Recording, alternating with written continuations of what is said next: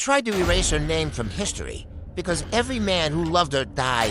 What if beauty wasn't a blessing, but a death sentence more than 3,000 years ago? Deep in the heart of ancient Egypt, beauty wasn't just admired. It was worshipped. Queens were seen as the living reflection of goddesses on earth. Gold wasn't simply decoration, it was divine protection. Makeup wasn't a fashion statement, it was a form of magic, a way to channel the power of the gods. But for some queens, their beauty was too much. It was a beauty that defied human comprehension. A beauty that came with a terrible price, a price paid in blood. The story begins with whispers. Fragments found on crumbling papyrus. Historians pieced together the records of a queen described in the most breathtaking terms, more radiant than the sun of rock. It was said that men who merely glimpsed her became utterly obsessed. Mighty generals, loyal for decades, would betray their kings just for a moment of her attention. High priests, sworn to sacred laws, would break their holy vows.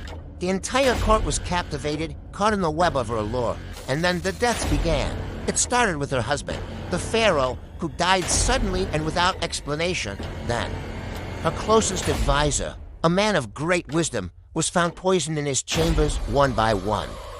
Her most loyal servants vanished without a trace, as if swallowed by the desert sands.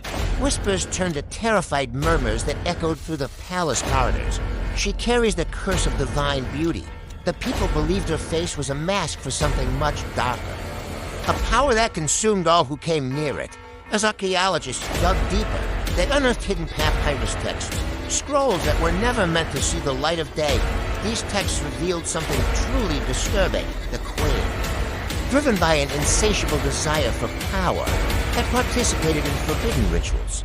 These were ancient, secret ceremonies meant to transform a mortal woman into a living goddess, to grant her eternal beauty, absolute power, and even immortality.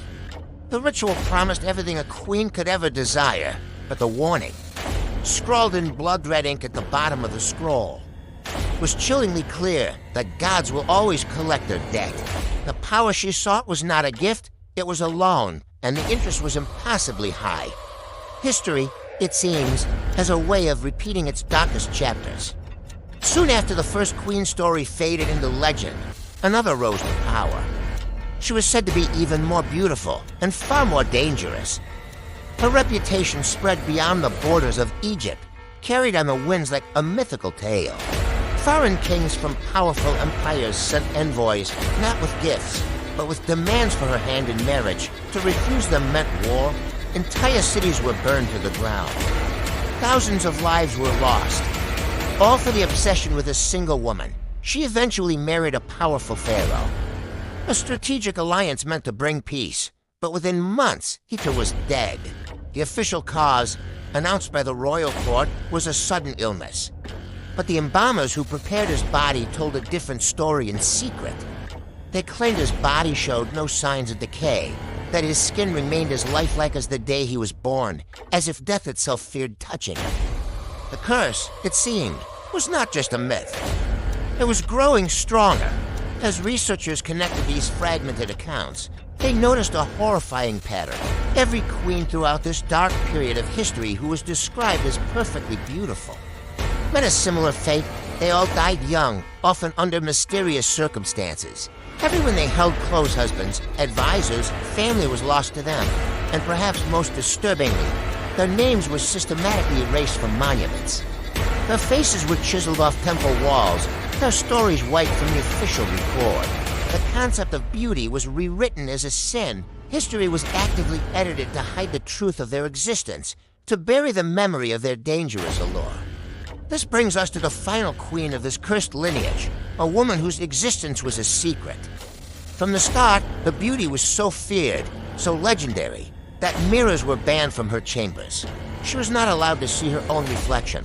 For fear of what power it might unleash, she lived her life in complete isolation, a prisoner in her own palace, constantly watched, constantly feared. She was the living embodiment of a curse. When she finally died, no grand tomb was built for her. No pyramid to guide her into the afterlife. There was only a single, unmarked stone with a terrifying warning carved into its surface. do not awaken what sleeps within beauty. So, as we look back at these forgotten stories, a chilling question hangs in the air. Was the curse real? Was there a supernatural force at play? A divine punishment for daring to attain godly beauty? Or was the truth something even more terrifying? Was their beauty simply so powerful, so intoxicating, that mortal men, in their jealousy and fear, would destroy what they could never hope to control? And if the curse was only a myth, a story created to explain away murder and ambition, then why go to such great lengths to erase these queens from history? The next time you see the serene, beautiful face of an ancient Egyptian statue, remember this. Some secrets were buried deep beneath the sand for a reason. They were buried because they were never meant to be seen again. And in Part 2, we'll explore the recent discovery of a lost tomb. A tomb that was sealed and never meant to be opened. A tomb that might just hold the final, terrifying answer. Thank you for watching, and don't forget to subscribe for the next chapter of this mystery.